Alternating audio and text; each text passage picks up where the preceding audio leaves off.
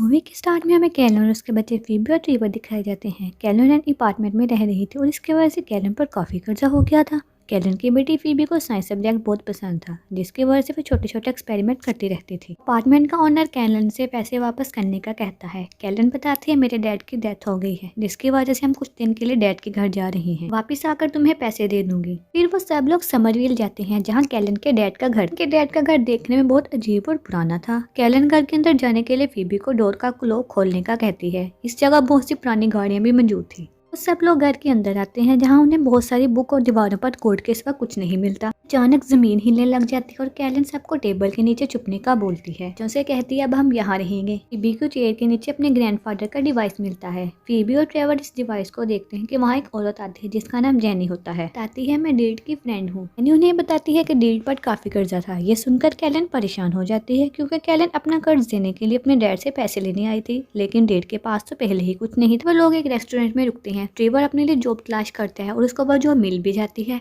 कैलन फीब से कहती है तुम्हें एक दोस्त बनाना होगा, क्योंकि हमें यहाँ रहने के लिए दोस्त बनाना जरूरी होंगे। रात को फीब पढ़ रही होती है, कमरे में मौजूद गेम नीचे गिर जाती है। फीब गेम को ठीक करती है। सुबह उठकर फीब देखती है तो शतरंज गेम खुद ब खुद शुरू हो जाती है। फिर कैलन फीब को स्कूल छोड़ने जाती है और ट्रेवर भी अपनी जॉब पर चला जाता है। फिर कैलन फीब को समरविल स्कूल छोड़ने जाती है कि स्कूल का टीचर आकर बताता है यहाँ सिर्फ वो बच्चे आते हैं जो नालायक होते हैं।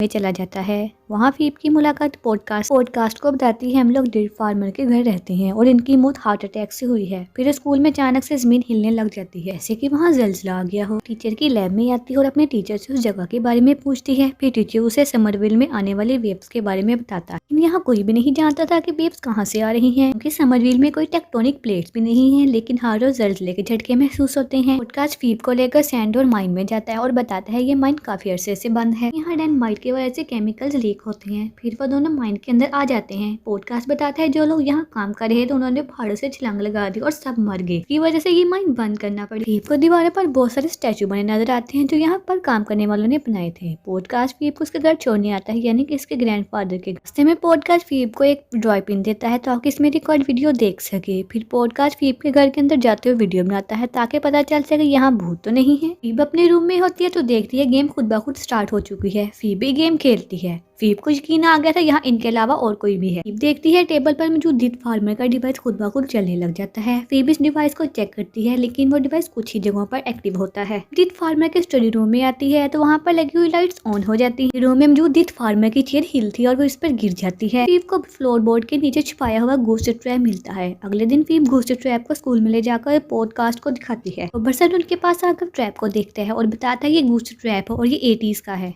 बरसन देखता है कि उस ट्रैप से धुआं निकल रहा है और वो डरकर ट्रैप को छोड़ देता है। बताती है ये ट्रैप मुझे मेरे घर से मिला है। इनको बताते हैं कुछ अर्सा पहले साइंटिस्ट न्यूयॉर्क में प्रोटॉन गन्स लेकर आए थे, जिसकी वजह से ये शहर तबाह हो गया। बरसान और फीब उस ट्रैप को एक गाड़ी के साथ अटैच करके इसमें ठुकरान छोड़ते हैं। फिर उस ट्रैप को टच करता है जिसमें से एक घोस्ट निकलता है और वो घोस्ट माइन में चला जाता है। बताती है मेरे ग्रैंडफादर घोस्ट बस्टर थे। सब फीब के घर आते हैं, जहाँ पॉडकास्ट को स्कल विसल मिलती है जिसमें से बहुत अजीब आवाज आ रही। लंबी आवाज सुनकर स्टडी रूम में आ जाती है। फिर कैलन और ग्रोबरसन आपस में बातें करने लग जाते हैं कि फीब इनको गौर से देख रही होती है। पॉडकास्ट को एक बुक मिलती है जिसके अंदर उन्हें घोस्ट की तस्वीर मिलती है जो उन्होंने देखा था। उस बुक में माइन में काम करने वालों की स्टोरी भी थी। तरफ ट्रेवर जिस रेस्टोरेंट में काम करता था वहाँ पर कुछ लोग माइन में जाने वाले थे। ट्रेवर भी उनके साथ जाने के लिए तैयार हो जाता है। सब लोग उस माइन की तरफ जाते हैं कि ट्रेवर माइनिंग केज में थे कि उन्हें केज के नीचे से ड्रोनी आवाजें आ रही थी। सब लोग डर जाते हैं कि हॉल में से एक जाइंट घोस्ट बाहर निकलता है और गायब हो जाता है। ग्रोबरसन को फीब के घर से एक मैप मिलता है। इस पर लिखी हुई लैंग्वेज बहुत पुरानी थी। कैलन बताती है डैड को ये जुबान आती थी। इसको लेकर घर से कुछ दूर फासले पर एक घर में जाती है जो बिल्कुल स्टोर रूम जैसा था, लेकिन उस कमरे में एक बेसमेंट था। फीब उस बेसमेंट में आती है, वो एक लेबोरेटरी थी। वहाँ पर बहुत सारे केमिकल्स मौजूद थे। फीब को वहाँ मौजूद अलमारी में से कुछ कोट मिलते हैं जिसमें फीब को एक चश्मा मिलता है। चश्मा उसके ग्रैंडफादर यानी कि डेयरी फार्मर का। फीब वहाँ मौजूद टेबल पर एक गैजेट देखती है जिसमें से सीआर मीटर गायब थे। साथ ही फीब के पास वाला ड्रॉर खुल जाता है जिसमें सीआर मीटर थे। फीब उस गैजेट को रिपेयर करती है और अपने रूम में वापस आकर लैपटॉप पर घोस्टबस्टर की टीम की वीडियो देख रही होती है कि कैलन इसके रूम में आती है। फीब अपना लैपटॉप फौरन बंद कर देती है।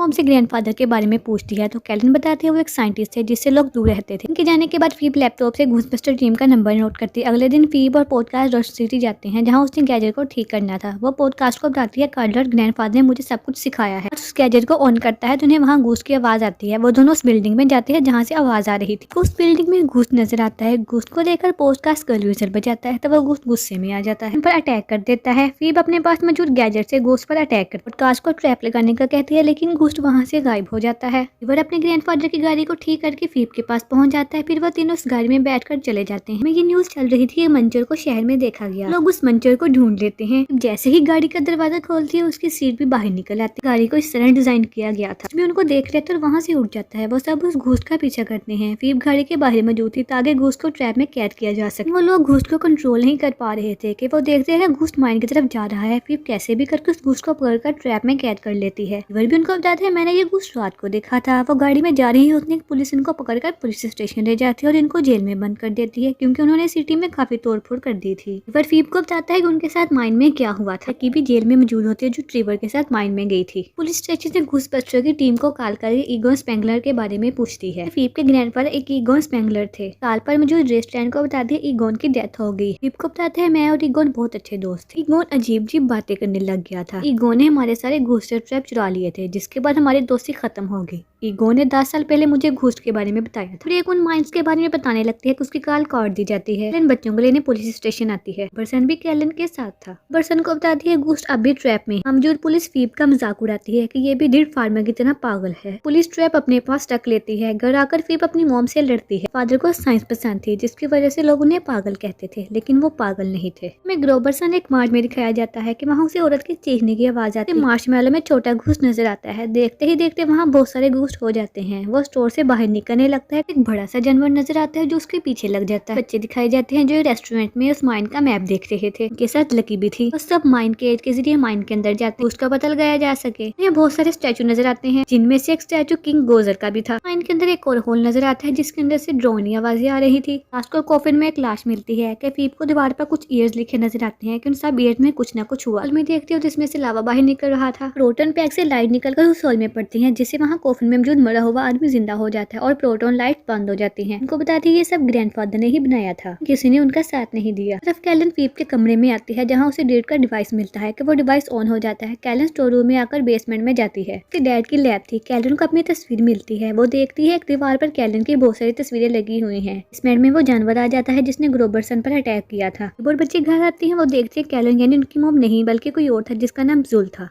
कैलन के अंदर घूस आ गया था। और पॉडकास्ट जुल के पास आते हैं तो जुल पॉडकास्ट को पकड़ लेती है। जमीन हिलना शुरू हो जाती है और माइन में जो स्टैचू टूटने लगते हैं यानी कि कैलन खिड़की तोड़कर बाहर भाग जाती है। तभी फीब को जमीन में ट्रैप मिलता है। वो बताते हैं ये फार्म नहीं बल्कि ट्रैप है। अब डेड की लैब में आते हैं। हम जो कैपेसिटर को दिखाती है कि जब ये कैपेसिटर एक्टिव हो गए तो ये टावर एनर्जी स्टोर करते हैं, बहुत सारे ट्रैप को पावर सप्लाई करते हैं और हमें किंग गोजर को ट्रैप तक लाना होगा। हमें गेट कीपर और की मास्टर की स्पिरिट्स को बुलाना होगा लेकिन वो ये नहीं जानते थे ग्रोबरसन में वो बुरी स्पिरिट्स आ चुकी है। सन और कैलन जो अब की मास्टर गेट कीपर थे वो दोनों माइन में मिलते हैं। कैपेसिटर्स को इकट्ठा करने के लिए पुलिस स्टेशन में अपने ट्रैप को लेने जाते हैं लेकिन वो ट्रैप एक लॉकर में बंद होता है। उस ट्रैप को ओपन करता है तो कैद किया हुआ घूस बाहर निकल आता है और इस लॉकर का दरवाजा तोड़ देता है। तो वो ट्रैप को लेकर माइन में चले जाते हैं। माइन में कैलन और ग्रोबरसन को देखते हैं जो अब कुछ और थे क्योंकि उनमें बुरी स्पिरिट्स आ चुकी थी कि आसमान से बिजली उन पर पड़ती है। दोनों बड़े बड़े जानवर बन जाते हैं जिसके बाद सिटी में हर तरफ अजीब और ड्रोने घूस घूमने लगते हैं। सिटी के लोगों को डरा रहे थे। किंग गोजर के पास आती है कि पॉडकास्ट ट्रैप ऑन कर देता है। किंग गोजर का टेंशन डाइवर्ट करती है ताकि घोस्ट को ट्रैप में बंद किया जा सके। पॉडकास्ट इस ट्रैप को ऑन कर लेता है जिससे कैलन ठीक हो जाती है कि ग्रोबरसन उनकी गाड़ी पर अटैक करता है कि वो भी ठीक नहीं हुआ था। ट्रैप को फार्म में ले आती है। फीब के सामने किंग गोजर कैलन को लीवर पुल करने का कहती है। वो गैजेट ले आती है जिससे घूस को पकड़ना था। गोजर लकी पर हमला करके उसे जाइंट एनिमल बना देती। फीब और कैलन पर हमला करने लगते हैं। वहाँ घूसबस्टर की टीम आ जाती है। गोजर को इलेक्ट्रॉन का झटका देते हैं। गोजर टीम पर हमला कर देता है। अब गैजेट पहनकर गोजर पर हमला करती है और उसे कैद कर लेती है। कैलन जल्दी से लीवर को प्रेस कर देती है जिससे तमाम घूस ट्रैप में बंद हो जाते हैं। बस्टर की टीम को वहाँ पर ईगो नजर आता है। वहाँ कर फीब का शुक्रिया अदा करती है और ग्रोबरसन भी ठीक हो गया था। वह लकी को ढूंढकर उससे बचाता है। वो ट्रेवर अपने ग्रैंडफादर से मिलते हैं। कैलन भी अपने डैड से मिलती है जिसके बाद डैड गायब हो जाते हैं और उसके साथ ही मूवी खत्म हो जाती है।